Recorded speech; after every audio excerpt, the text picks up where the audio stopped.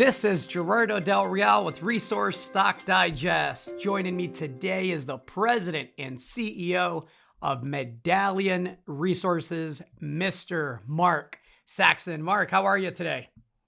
Gerardo, not too bad. Great to talk to you. And as we mentioned in the preamble there, back in lockdown life in Australia, but we're getting on with things all the same and making great progress. So that's the important thing. Well, I'm glad to hear you're well. I'm glad to hear that you're safe. I know that COVID has been a obviously global pandemic that has affected many personally, health-wise, but it's also obviously affected a lot of business endeavors. And so let's get to the news from this morning. Let me read the headline because it was actually pretty impressive in regards to the research partnership that you announced a few months back, and then getting results this quickly from that partnership. So the headline reads, Medallion updates on success of rare earth element separation technology and status of techno-economic and life cycle assessment. So the status of the techno-economic and life cycle assessments, the way that I understand it, is the part that's seen a bit of a delay, unfortunately, due to COVID, correct?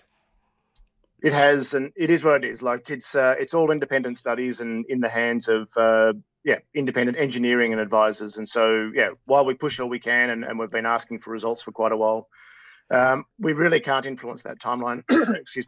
Very much. But we now have the engineering document in our hands. That's gone to a financial group to do the modelling. And so we're talking very short timelines now, and we'll be seeing it very soon anyway. Excellent. Complete polar opposite is the news from on the research and development front, right? Typically, we get this kind of very slow moving, parts that take a while to come together and take a while to kind of manifest. And that's been the complete opposite in regards to the partnership and the exclusive licensing of the LAD chromatography. I would love for you to provide some context because it's a mouthful and there's a lot to get into, a lot of details that I think are really, really important in this release. Yeah, absolutely. And I can talk for a very long time on this, and I'll try to get the key points out at the headlines here. And as you say, we haven't been standing still. We've been working on this for a little while, but it really is nice to see some technology that really, I guess, exceeds all of your expectations really from the start. And normally when junior companies, they put out a press release, they start to do work, and then they've got to find a lab and they've got to find people and find some samples and things. But the great beauty of what we've been doing at Purdue University with Linda Wang, and certainly I'd like to point out it's her great work that's really the leadership here. That she has the technology in place, she has the laboratory in place, she has the chemicals, she has the equipment, she's got some staff there working for her. So literally, we signed the contract with Linda, only 2 months ago, and immediately we provided her with what we call a pregnant leach solution. So that's the material that comes. We use the process that Medallion has been developing with mineral sand monazite. We dissolve it, we take out the rare earths, and then that liquid goes across to Linda's laboratory. There was no pre-treatment, there was no dilution, there was no precipitation. It went straight into her equipment and her machinery, and out came high purity neodymium and high purity praseodymium. So that really is an exceptionally fast turnaround on that technology. And it's not because we're doing a great job, it's because of all the history that Linda has had in this field. And she knows how to solve the problems, and she has the equipment and the people to solve the problems. So, we've really jumped many steps. And, to say we were blown away was absolutely an understatement in this regard. A couple of things stand out to me. First, the two rare earth elements that you cited are important because these are magnetic rare earth elements, correct? Exactly. So when we look at the mixture of metals that come out of monazite, the metals being the rare earth elements, then we target specifically the neodymium, praseodymium, dysprosium, and terbium. And so those four elements are the magnet metal ones, and those four elements make up about, let's say they make up 30% by volume, but they make up 90% by value. So the technique that we're developing with Linda and the LAD chromatography, we're able to just extract from a solution just those four elements. So we're not caring about all of the rare earth elements. There's a whole lot of others that have very low value or very small markets.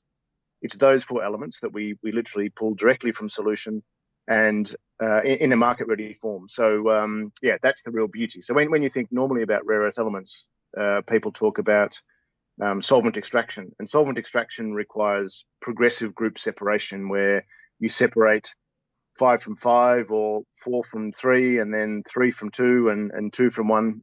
This is quite different. We've turned that around and we directly take the metals we want, and that's very, very optimistic view on the OPEX that we'll be requiring with this technique. The other thing that really stood out to me, Mark, is the fact that, the research here is being done at Purdue University. The monazite was sourced from an operational mineral sand mine in the eastern U.S. This seems like a domestic solution to a very real domestic and global problem, right? Yeah, for sure. And really, I guess what Medallion has been focused on from the start is what we're calling transferable technologies. So we've developed our Medallion monazite process, which is the one that takes the mineral sand monazite and breaks it down in sort of a safe and sustainable way. And we were looking to pair it with something that we're allowed to go from solution to solution, I guess, go straight through. And that creates an efficiency that very few methods can match. So we've taken mineral sand monazite from the US. We've done a process within North America and extracted the rare earth metals in North America into a market-ready form, and that's a pretty rare thing. We can now pick up that technology. We can design that to go into essentially any location around the globe. So there's mineral sand monazite in many locations.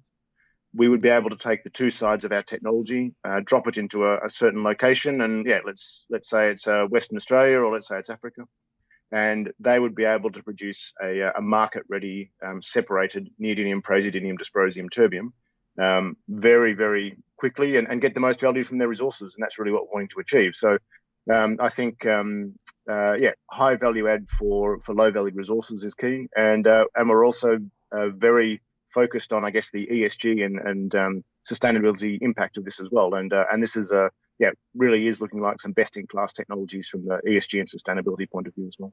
And do I understand it correctly that the recoveries of the rare earth elements here from the solution were greater than 99%? Is that accurate?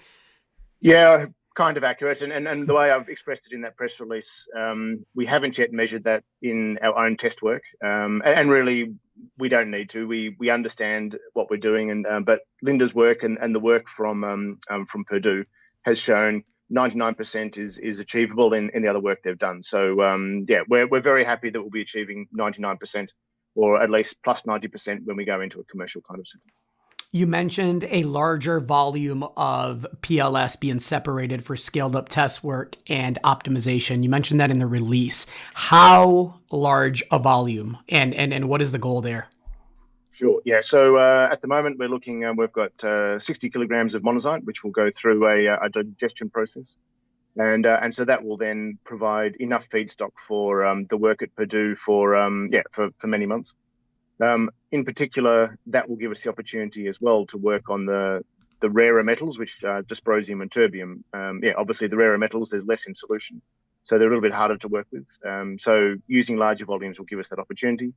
And I guess as well, we're talking to a whole range of other partners that are considering themselves their extraction technologies, their separation technologies, thinking about building separation facilities. Then the position that we're in now, I think it would be crazy for those partners not to speak to Medallion and work out exactly what we're doing and seeing if it's a fit. It won't be a fit for everyone. There's lots of different technologies in the market, but certainly it's going to have a really strong place. And I think this is a really disruptive technology in the rare earth industry. What comes next, Mark? So we're still pushing on with that Purdue technology. We'll have the techno-economic study in the market very soon, and we know that's getting very close, and that will then guide us how we use that technology in the future. So we're making plans that are post the TEA, and we'll share those as they come along. Looking forward to it. That was a really, really thorough update. Thank you again for the time. Anything else to add to that? No, that was great, Gerardo. I appreciate the opportunity to share. And it's an interesting market. And very glad that we're playing a very pivotal role in a very important market for the US and for global. It's necessary. Good work. Keep it up. Thank you. Thanks, Gerardo. Cheers. Bye for now.